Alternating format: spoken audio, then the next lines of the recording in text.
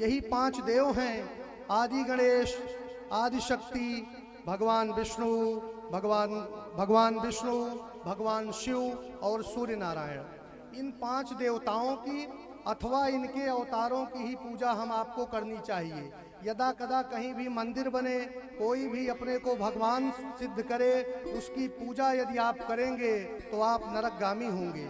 इसलिए ये 5 देवता अथवा इनके अवतार, जैसे 9 दुर्गा हैं, 10 महाविद्या हैं, भगवान शिव के ही अंशावतार हनुमान जी हैं। इस प्रकार से आपको ये विशेष ध्यान रखना चाहिए कि कौन सा कर्म हम करें जिससे हमें शास्त्रोचित फल मिले।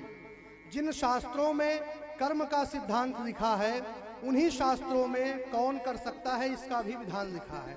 एक छोटा सा उपकरण जैसे टीवी हुआ, फ्रिज हुआ, इसको हम खरीद कर लाते हैं तो एक छोटी नोटबुक हमको मिलती है।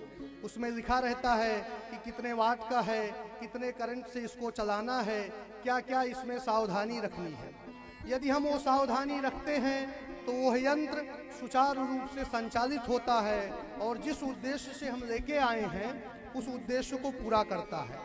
ऐसे ही आप जो ये आयोजन करा रहे हैं, इस आयोजन में जो शास्त्रोचित अधिकार है, जो आपका कर्म शास्त्रों ने निर्धारित किया है, यदि पूरी तरह उन कर्मों को आप करेंगे तो निस्संदेह आपको फल प्राप्त होगा।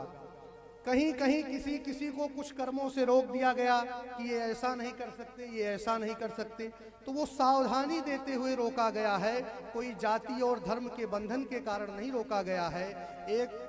अब आप विचार करिए कि कोई ब्राह्मण वर्ण का व्यक्ति हो और बड़े अच्छे कुल में उत्पन्न हुआ हो, खूब सुंदर हो, और अगर वो गाड़ी ना चला पाता हो तो क्या कोई उसको अपना ड्राइवर बनाएगा? नहीं बनाएगा। योग्यता से ही, जिसमें योग्यता रहती है वही कार्य कर सकता है। तो उसी प्रकार से जिन कर्मों में शास्त्रों ने हमें अधिकृत किया है वो कर्म हमें करने चाहिए। और पंडित जी तो अपनी अमृतमयी वाणी से, और खूब अध्ययन भी इनका है, तो आप लोगों को कथा सुनाए ही हैं, और कथा को सुनकर उसको अपने जीवन में आप उतारेंगे तो निस्संदेह आपको लाभ होगा। इस कार्यक्रम के लिए, इस कार्यक्रम की पूर्ण सफलता के लिए हम सिद्ध बाबा से मंगल कामना करते हैं।